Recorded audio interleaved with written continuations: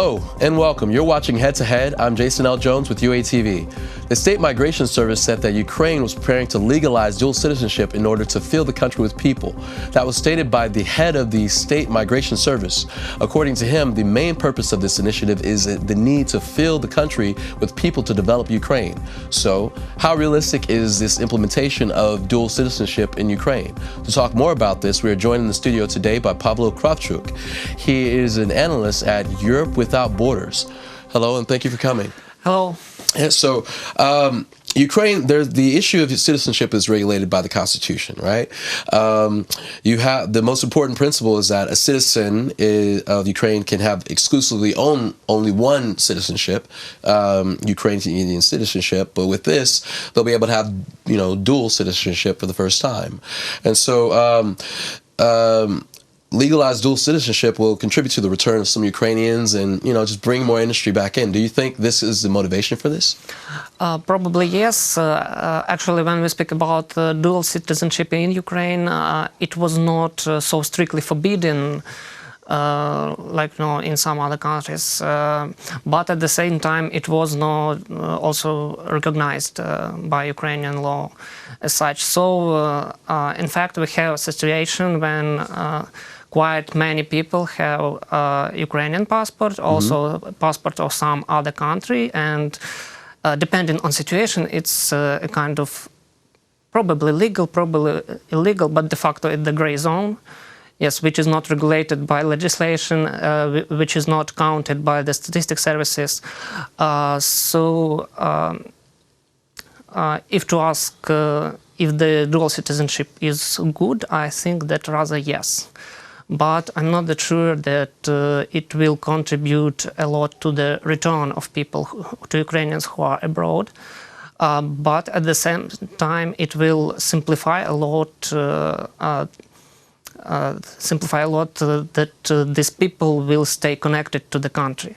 It will simplify them, for example, I don't know, money transferring, providing some business in Ukraine.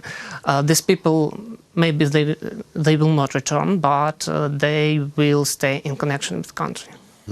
And I can actually see with that, especially with business, I can imagine, as a citizen of Ukraine and being a business owner, that would give you a lot more rights, right, in Ukraine. And so if they were like living in the U.S. or the EU, going back and forth and opening up and establishing new business, that would, I'm assuming that would incentivize a lot of people to come and, take advantage of that, this change, yeah? Definitely it will. I can tell that now we have approximately 8 to 10% of gross domestic product invested by labor migrants who are making remittances to their homes.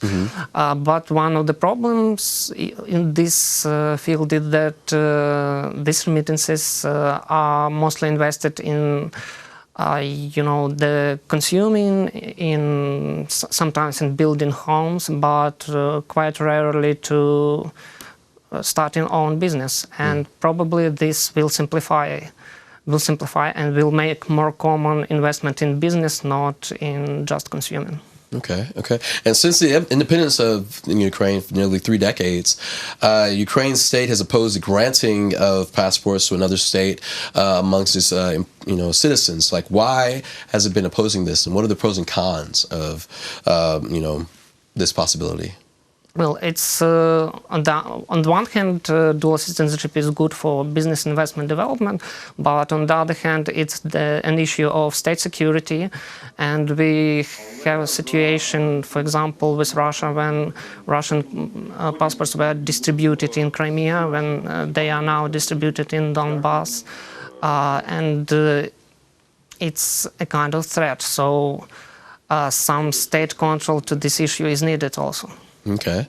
And currently more and more states offer citizenship to foreign investors for significant economic contributions to the country.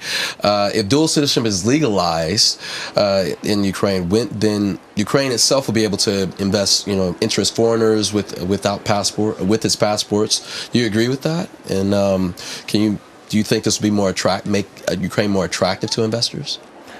Well, probably yes, but actually now we have the system when investors get permanent residence, and it gives almost the same set of rights that citizenship by itself, except for political participation and being a civil servant. Okay. Do you agree that labor migration from Ukraine is slowing down?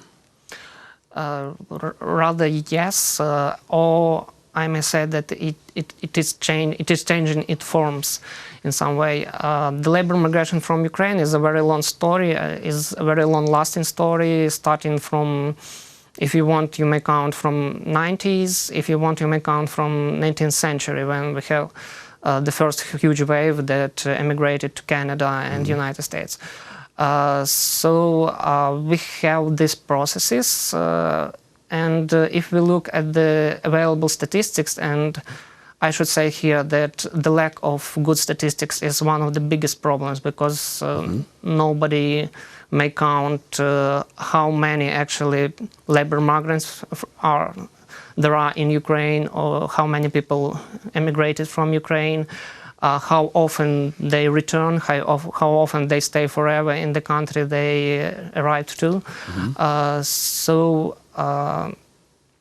if we take, for example, the time from 2010 to 2019, we will see a certain slowdown in terms of irreversible migration. So if we count the statistics of Border Guard Service, who fix almost everyone who leaves country and who returns back, we will see that if before 2014 we had up to 500,000 people who exited country and did not return, now we have approximately 200,000 people, 250,000 people who do not return every year.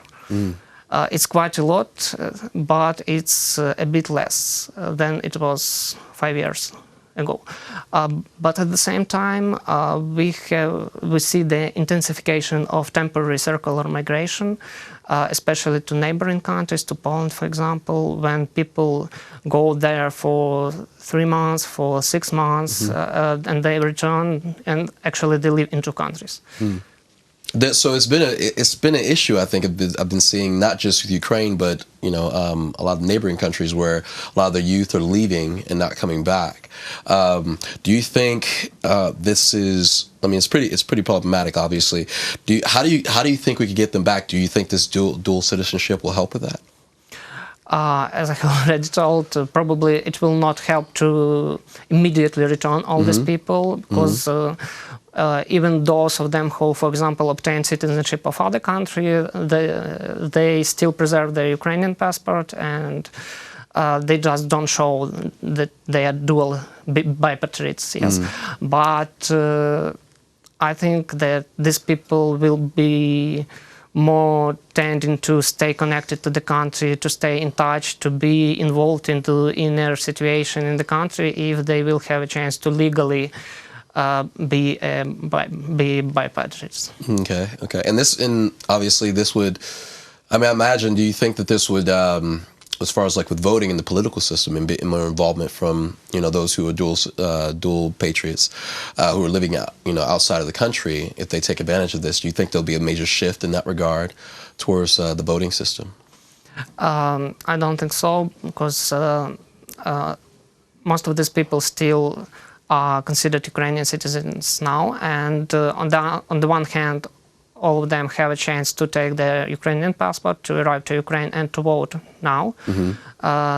But on the other hand, we have problems with voting people who are abroad. For example, in Poland, we have only 4, if I'm not mistaken, voting places for some 100,000 people, and as a result, we have just something around 10,000-20,000 people voting out of much more numbers. Okay, all right. Well, thank you so much, Pavlo, for your insights, and hope to have you back again soon for some other discussions. Thank you. So thank you. That was Pavlo Kravchuk. He is an analyst at Europe Without Borders. Thank you for watching, and stay tuned for Head to Head, our next Head to Head, and much, much more on UATV.